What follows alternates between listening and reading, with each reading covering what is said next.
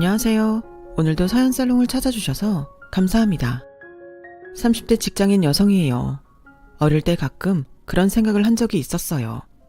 내가 부잣집 딸로 태어났다면 인생이 어떻게 변했을까 하고 말이죠. 그건 아무래도 저희 집 형편이 그리 넉넉하지 않았기 때문에 그랬는지도 모르겠어요. 저희 집이 밥을 굶을 정도로 가난하지는 않았지만 그렇다고 뭐 하나 넉넉했던 것도 없었거든요. 용돈은커녕 친구들은 다 다니는 피아노 학원도 저는 학원비가 없어서 꿈도 못 꾸고 살았고 방과 후 그 흔한 학습지 한번 해본 적이 없었어요. 엄마 아빠는 새벽부터 나가서 장사를 하셨는데 아빠가 사고로 돌아가신 이후에는 엄마 혼자 억척을 떨며 살아야 했기에 학원은 고사하고 동생들 챙기느라 집안 살림도 제가 도맡아야 했었죠. 이런 저를 보고 같은 반 친구들은 신데렐라라고 불렀어요. 하루는 같은 반 친구 하나를 하굣길에 만났는데 옆에 있던 자기 엄마한테 저를 이렇게 소개하더라고요. 엄마, 제가 우리 반 신데렐라야. 맨날 구멍난 옷만 입고 학교 끝나면 집에 가서 동생들 밥 차려줘야 한대. 정말 신기하지? 그 말에 너무 창피해서 고개를 들 수 없을 정도였어요. 하지만 친구의 철없는 말보다 저를 더 가슴 아프게 했던 건 저를 바라보는 그 친구 엄마의 눈빛과 행동이었어요. 마치 세균덩이를 본 듯한 표정으로 저로부터 자기 딸을 보호하려는 듯 제 친구를 끌어당겨 제 근처에 못 가게 붙잡더라고요. 그리고는 서둘러 친구를 데리고 도망치듯 가버렸어요. 너 앞으로 쟤랑은 놀지 마. 근처에도 가지 마. 알았어? 친구 엄마의 잔인한 그 한마디에 초등학교 3학년이던 저는 가슴이 철렁하고 떨어지는 것 같았어요. 내가 그렇게 더러운 아인가? 근처에 가면 안 될 정도로? 터벅터벅 집으로 걸어가면서 쇼윈도에 비친 제 모습을 몇 번이나 확인했어요. 제가 봐도 제 투성이 차림으로 집안 살림을 도맡아 하는 신데렐라나 다를 바가 없긴 하더라고요. 하지만 제 힘으로 어쩔 수는 없었어요. 우리 집 상황을 알 만큼 머리가 컸던 탓에 엄마한테 투정을 부릴 수도 없고 내 손으로 돈을 벌 수도 없었으니까요. 그저 잠에 들 때마다 만약에 라는 실현 가능성도 없는 상상의 나래만 펼쳐볼 뿐이었죠. 가난 때문에 일찍 철이 든 제 눈에는 저보다 엄마가 더 불쌍해 보였어요. 하루아침에 남편을 잃고 새아이를 혼자 키우고 살아가던 엄마의 얼굴은 웃음기라곤 찾아볼 수 없을 정도로 각박해 보였거든요. 양가 통틀어 비빌 언덕이라곤 하나 없던 상황에 그날 벌어 그날 쓰는 생활이 이어지니 엄마는 아파도 쉴 수도 없었어요. 어린 마음에 이러다가 엄마가 너무 힘들어서 도망이라도 가버리면 나랑 동생들은 어쩌나 겁이 날 정도였죠. 그래서 저라도 엄마를 도와야겠다는 생각에 시키지 않아도 집안일을 도맡아 했어요. 엄마가 맏딸인 저한테라도 의지하고 살아주기를 바라는 마음에서요. 이심전심이라고 엄마랑 제가 속마음을 터놓고 이야기한 적은 없었지만 눈빛만 봐도 어떤 생각을 하는지 알 정도로 서로에 대한 마음이 각별했어요. 당시 엄마는 포장마차에서 장사를 하셨는데 이른 아침엔 토스트를 구워 팔고 오후부터 저녁까지는 국수와 우동 등 끼니가 될 만한 음식들을 만들어 팔곤 했어요. 처음엔 장사를 하고 남은 음식을 주변의 노숙자분들한테 나눠드리곤 했는데 나중엔 그 소문을 듣고 찾아오는 노숙자들이 있을 정도였죠. 그러자 엄마는 아예 일요일마다 노숙자들한테 먹일 국수를 끓였고 저랑 동생들까지 나가서 배식을 돕게 되었지 뭐예요. 솔직히 저는 이해가 안 갔어요. 우리 집 형편도 넉넉치 않은데 굳이 이런 일까지 해야 하나 싶었으니까요. 사람을 겉만 보고 판단하면 안 돼. 여자 혼자 길바닥에서 장사하다 보면 험한 일 생기는 게 한두 번인 줄 아니? 술 취한 취객들이 행패 부리기도 하고 알량한 돈 훔쳐가겠다고 달려드는 도둑놈들까지 말도 못한다. 그럴 때 이 엄마를 도와준 분들이 바로 그 노숙자분들이다. 고작 식은 토스트 하나, 퉁퉁 뿌른 국수 한 그릇 얻어먹고도 어떻게든 은혜 갚겠다고 매일 우리 포장마차를 지켜주곤 하셨어. 우리는 밥 굶고 살 정도는 아니잖아. 살림도 전보다 많이 나아졌고 이게 다 그분들이 엄마가 안전하게 장사할 수 있도록 도와준 덕분이야. 그러니까 싫은 내색 하지 마. 그렇게 포장마차를 하며 무료 급식까지 하던 엄마는 제가 고등학교 2학년 때 근처에 가게를 내셨어요. 토스트는 그만두고 본격적으로 국수를 파는 식당을 여셨죠. 근처에 도매시장이 있어서 상인들과 물건을 하러 오는 도매 손님들이 주로 저희 엄마 가게 단골이 되었어요. 도매시장이 쉬는 주말에는 어김없이 노숙자분들을 위한 무료 급식소가 되었죠. 상인분들 중에 마음이 맞는 분들이 몇몇 계셔서 금전적 지원도 해주시고 주말에 나와 배식 봉사도 함께 해주시곤 했어요. 엄마가 포장마차를 하던 시절부터 주변에서 노숙을 하시던 분들 중에는 노숙자 생활을 청산하고 다시 사회생활을 시작하신 분들도 덜어 있었는데 가끔씩 그분들 중에 엄마 가게에 찾아와서 인사를 하고 가시는 분들도 있었어요. 덕분에 힘든 시기를 무사히 보낼 수 있었다면서요. 아우, 그건 내가 할 소리죠. 아저씨들 덕분에 내가 마음 놓고 장사할 수 있었잖아요. 이렇게 번듯한 가게도 생겼고 그동안 고마웠어요. 잘된 모습 보니 내가 더 신이 나네요. 서로 덕담을 주고받으며 함께한 길바닥 생활을 추억하는 모습을 보니 내 엄마지만 대단한 것 같았어요. 당시 엄마의 나이가 지금의 제 나이와 비슷했으니 더더욱 그렇죠. 실업계 고등학교를 졸업한 저는 일찍 사회생활을 시작했어요.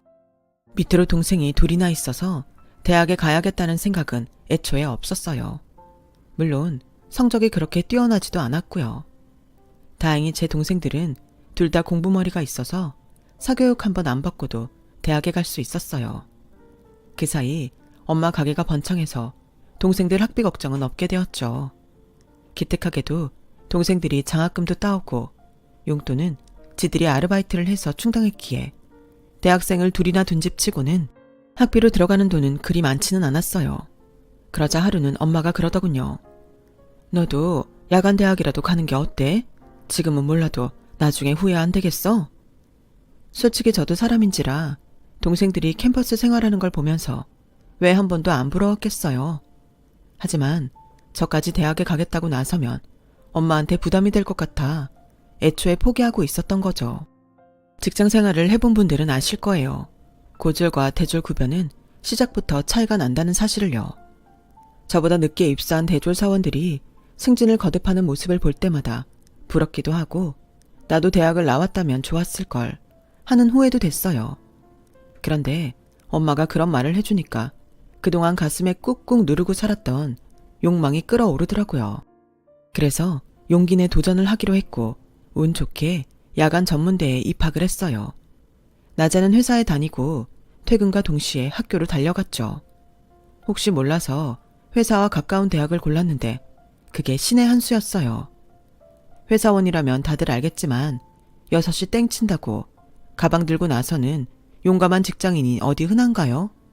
직장 상사가 의자에서 엉덩이를 뗄 때까지 눈치 보는 게 일상인데 그럴 때를 대비해둔 덕에 2년 내내 지각 한 번 안 하고 졸업할 수 있었어요. 최종 학벌이 고졸에서 전문대졸로 바뀌었지만 회사 내에서 월급이나 여타 대접이 달라지지는 않았어요. 달라진 게 있다면 바로 제 자신이었죠.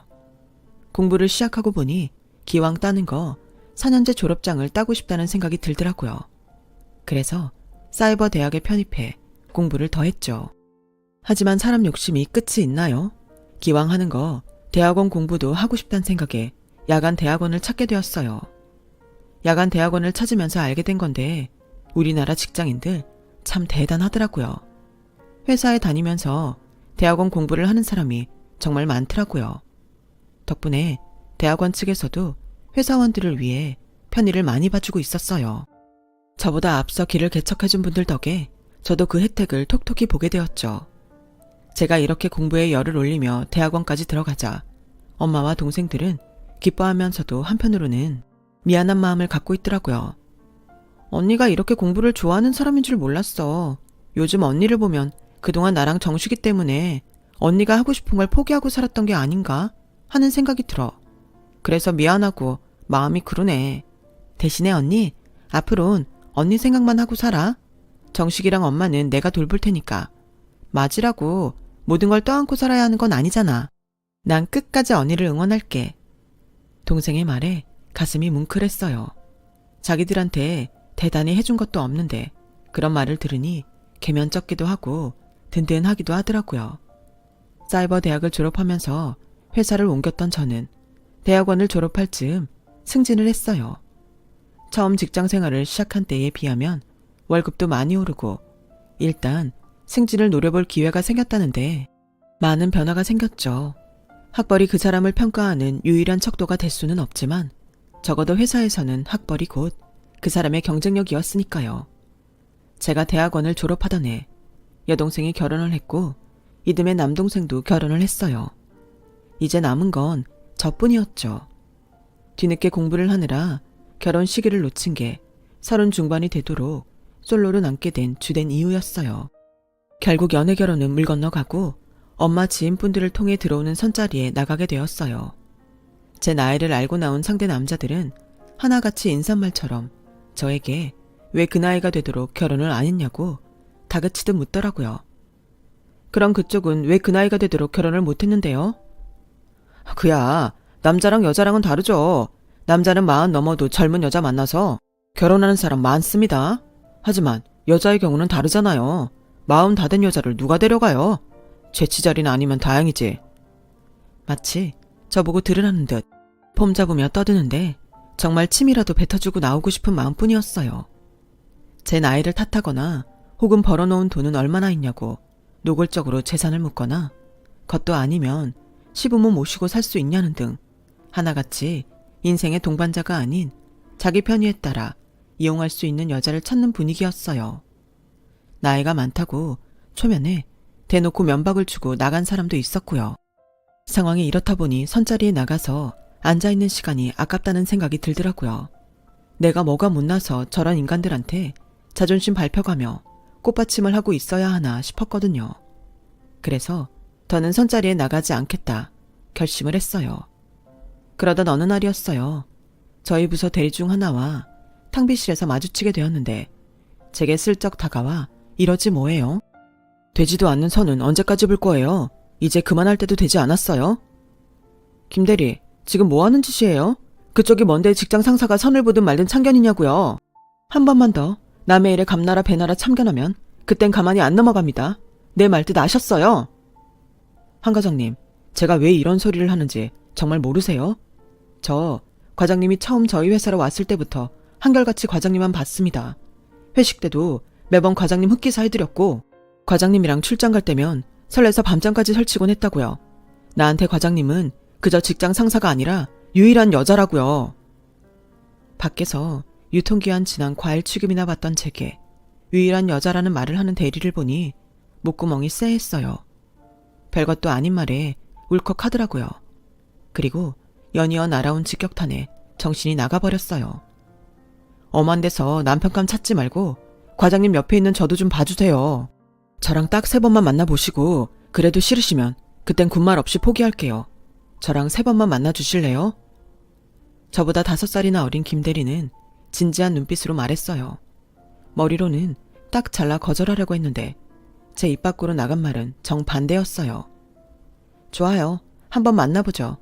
대신 어떤 결과가 나오든 회사에서는 비밀인 거예요. 알았죠? 그렇게 저는 직장 부하인 연하남과 데이트를 하게 되었어요. 그동안 돈 벌고 공부하느라 못해본 연애를 보상받는 것처럼 연인들에게 유명한 데이트 장소도 가보고 약간은 닭살이 돋는 장난도 해보게 되었죠. 직장 동료만 아니라면 나이가 몇 살만 많았더라면 좋으련만.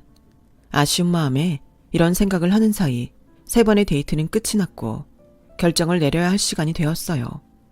솔직히 더 사귀고 싶다는 마음이 간절했지만 이러다 잘못되면 회사에 얼굴도 못 들고 다닐 거라는 두려움도 엄습했어요. 그래서 갈등하던 차에 하필 일이 터지고 만 거예요. 엄마 가게 직원분한테 전화가 왔는데 엄마가 가게에서 쓰러지셔서 병원에 실려가셨다고 했어요. 전화를 끊고 정신없이 병원으로 달려나갔는데 하필 그날따라 택시가 안 잡혀서 속을 태우고 있었죠. 그런데 차 한 대가 제 앞으로 오더니 차창을 열었어요. 김대리였죠. 빨리 타라는 말에 앞뒤 안 가리고 일단 차에 올랐어요. 병원에 도착해보니 다행히 별다른 문제는 없고 과로로 인해 그런 것 같다고 링거 맞고 가면 된다더군요. 그제야 가슴을 쓸어내렸어요. 그런데 엄마는 걱정 가득한 제 얼굴보다 제 옆에 서 있는 김대리를 보고 신기한 듯 빤히 보지 뭐예요.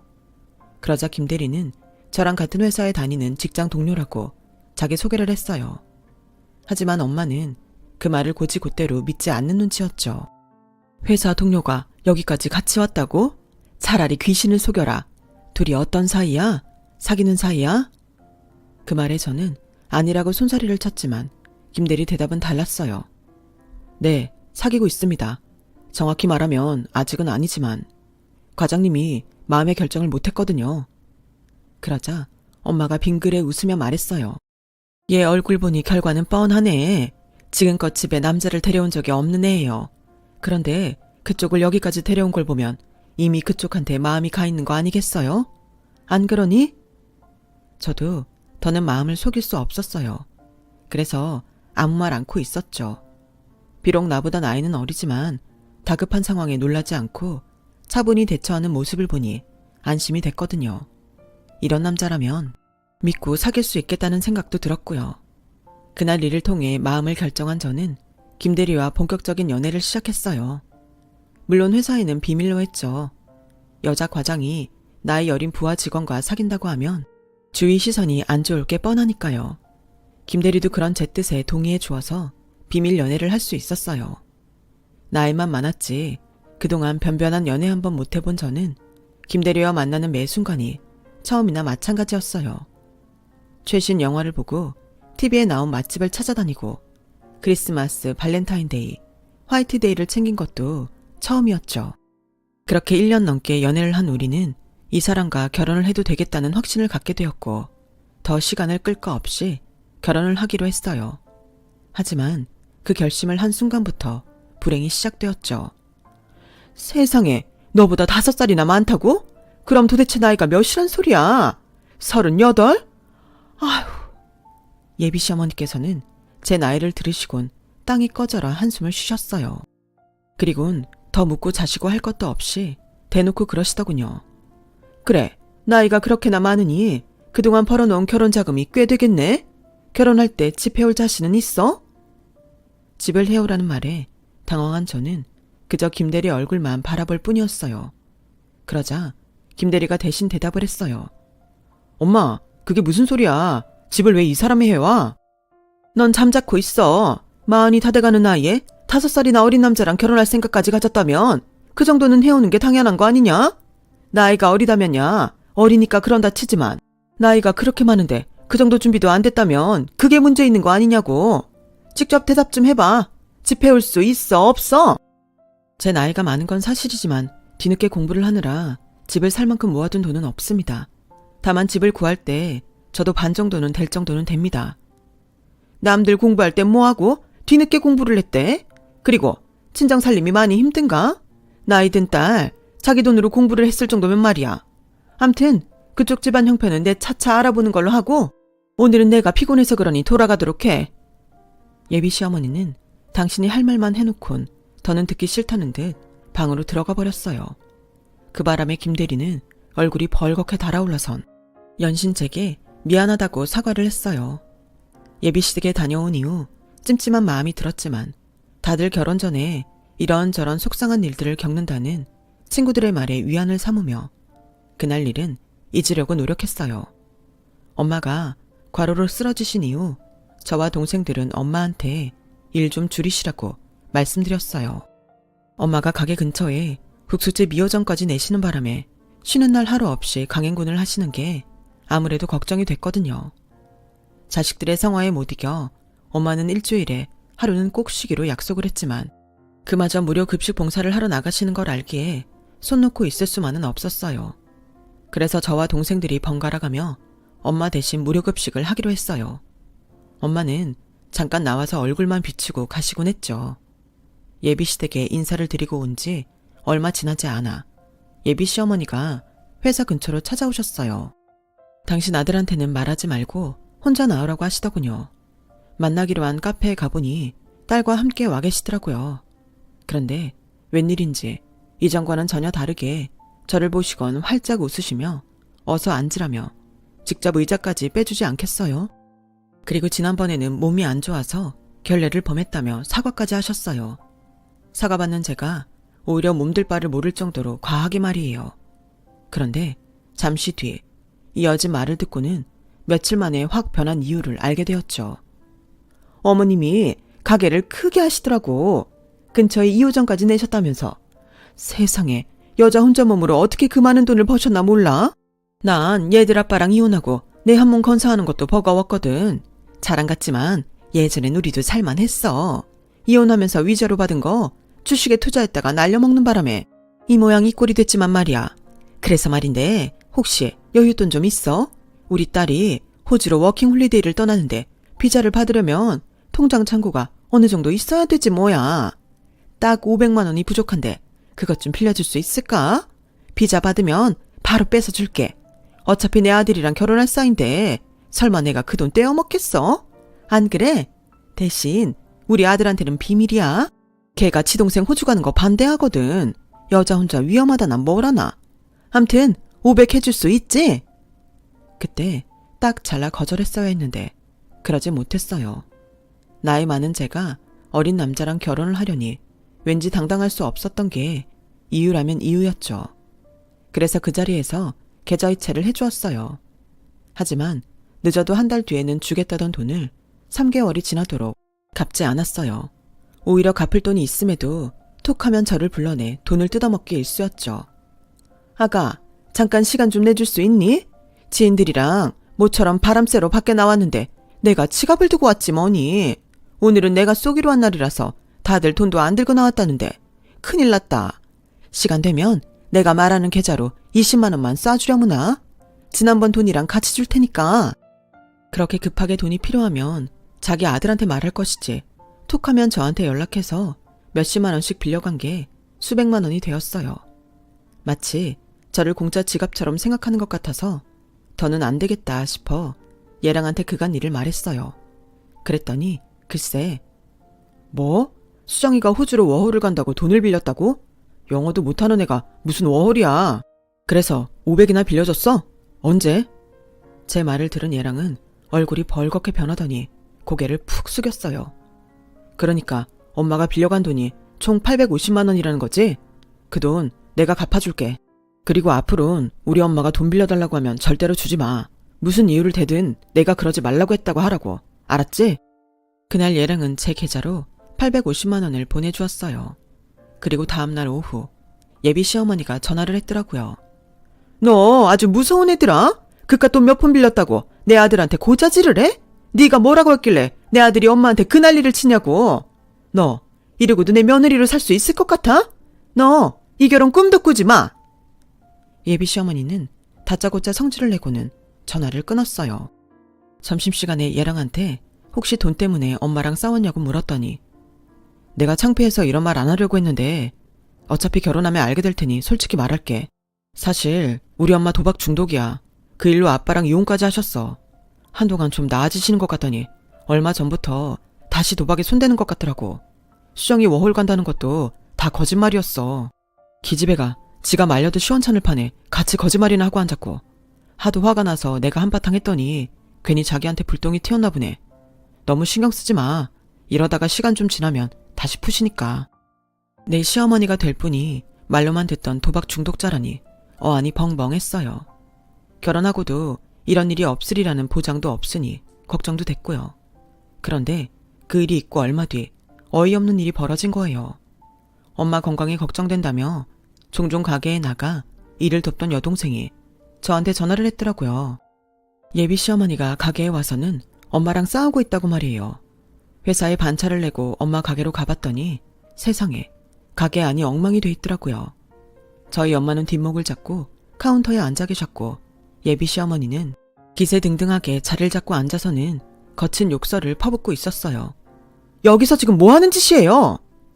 제 얼굴을 보자 예비 시어머니는 쪼르륵 달려와 제 팔을 잡았어요. 예, 잘 왔다. 나 좀 살려다오. 더는 안 바란다. 딱 3천. 아니 2천만 빌려다오. 그럼 내가 니들 결혼 허락해 줄게. 나 당장 그 돈 없으면 길바닥에 나앉는다. 너 그 꼴 보고 싶니?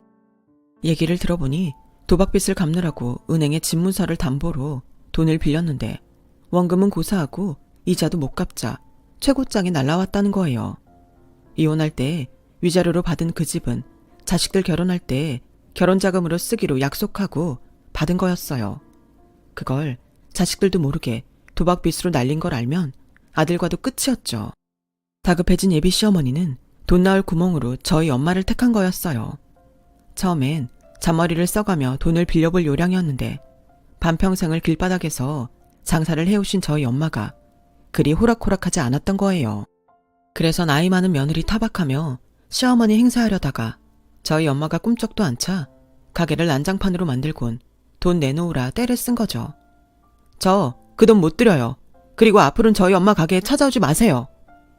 너 나한테 이러고도 내 아들이랑 순순히 결혼할 수 있을 것 같니? 고작 노숙자 상대로 국수 팔아먹고 사는 주제에 돈 좀 있다고 유세야? 대학이라곤 어디 이름도 없는 야간 전문대 나온 주제에 게다가 나이도 많은 년이 감히 내 아들이랑 결혼할 생각을 해? 어림없다. 너도 너지만 네 엄마도 그래. 딸 자식 조건이 그 모양이면 알아서 설설 기는 맛이 있어야지. 어디서 감히 나한테 큰 소리를 쳐. 아줌마는 염치도 없어요? 자식이 부족하면 엄이라도 나서서 고개 숙여야 하는 것 아니냐고. 하긴 엄마란 사람이 밑바닥 인간들 상대로 돈 벌어먹고 살아왔으니 부모 노릇은 제대로 하겠어? 이러다 상견례도 싸구려 기사식당에서 하자고 아닌가 몰라. 당신 딸이 착한 우리 아들을 어떻게 꼬셨는지 몰라도 내 한마디면 이 결혼 파투나는 거 기정사실이야. 그깟 돈 몇천 해달랄 때 해줬으면 나도 이렇게까지는 안 하지. 당신 딸 노천으로 늙어 죽으면 그건 아줌마 탓인 줄이나 알아요. 난 이 결혼 결사 반대할 거니까. 아주 뚫린 입이라고 멋대로 떠드는데 제정신이 아닌 것 같았어요. 네, 그 결혼 절대 안 하겠습니다. 그런데 이거 하나만 확실히 해두죠. 내가 헤어지기로 결심한 건 당신이 반대해서가 아니라 내가 당신을 시어머니로 만나고 싶지 않아서예요. 뭔가 단단히 착각하는 모양인데 저요? 돈 가지고 결혼 구걸할 정도로 모자란 사람 아닙니다. 결혼에 목숨 건 사람도 아니라고요. 애초에 우리가 사귀게 된 것도 내가 당신 아들 꼬신 게 아니라 당신 아들이 먼저 대시한 거예요. 뭘 알고 떠드세요. 그나마 도박 중독자 엄마 때문에 이 결혼도 파토가 나겠지만요. 그러니 반성하고 사세요. 자식 앞길까지 막으면서 도박쟁이로 사는 스스로를 창피한 줄 알라고요. 저희 엄마가 밑바닥 인생들 상대로 돈 벌어먹고 살았다고요? 웃기지 마세요. 밑바닥 인생은 거리에 사는 노숙자가 아니라 당신처럼 인성이 덜 돼먹은 것들이에요. 자기가 진 도박빚을 누구한테 와서 갚으라고 생떼를 씁니까? 도박할 돈도 없으면서 왜 함부로 빚은 지고 사냐고요. 당신 아들이 엄마 안 닮고 멀쩡히 자라준 것만으로도 감사한 줄 알고 되도 않는 시어머니 갑질 그만두고 당장 여기서 나가세요. 안 그러면 경찰에 신고할 겁니다. 이년이 어디서 감히 나한테 훈계야. 너 오늘 내 손에 죽어봐라 이년아. 예비 시어머니는 말이 떨어지기가 무섭게 죽일 듯 제게 달려들었어요. 하지만 그 손은 곧 사시나무 떨리듯 벌벌 떨게 되었어요. 예랑이 노려보며 서 있었거든요. 무서운 표정으로 서 있는 아들을 발견한 예비 시어머니는 파리처럼 두 손을 싹싹 빌며 자기 아들한테 한 번만 용서해달라고 사정했어요. 예랑은 저희 엄마한테 죄송하다고 사과를 하고는 자기 엄마를 데리고 가게에서 나갔어요. 엄마는 그 모자를 보고는 혀를 차며 고개를 저었어요. 아들이 지 엄마 때문에 고생이다. 결국 저와 예랑은 헤어졌어요. 예랑이 먼저 그러자고 하더군요. 저희 엄마한테도 면목이 없어서 더는 얼굴을 들 수 없다고 말이에요. 저 역시 그게 맞겠다 싶었어요. 남편 자리만 보면 부족함 없는 사람이지만 예랑의 엄마를 시어머니로 모시기는 힘들 것 같았거든요. 파온 후 예랑은 다른 부서로 옮겼어요. 아무래도 저랑 한 부서에서 얼굴 보며 지내긴 힘들었던 모양이에요. 그건 저도 마찬가지였어요. 따지고 보면 사내 연애의 단점이었죠. 저는 어린 시절 제 별명처럼 예랑을 만나 잠시나마 공주가 된 것처럼 행복한 시간을 보냈어요. 하지만 동화 속 결말처럼 오래오래 행복하게 살지는 못했죠. 하지만 아직은 진짜 결말이 제게 찾아오지 않았을 뿐이라고 생각해요. 언젠가 찾아올 행복한 결말을 위해 전 오늘도 열심히 살아갈 생각입니다. 지금까지 제 사연을 들어주셔서 감사드립니다. 항상 건강 조심하시고 좋은 날들 보내시길 바랍니다. 여러분, 사연 댓글에 응원과 현명한 조언 부탁드려요. 좋아요와 구독은 저에게 큰 힘이 됩니다. 오늘도 좋은 일 가득하세요.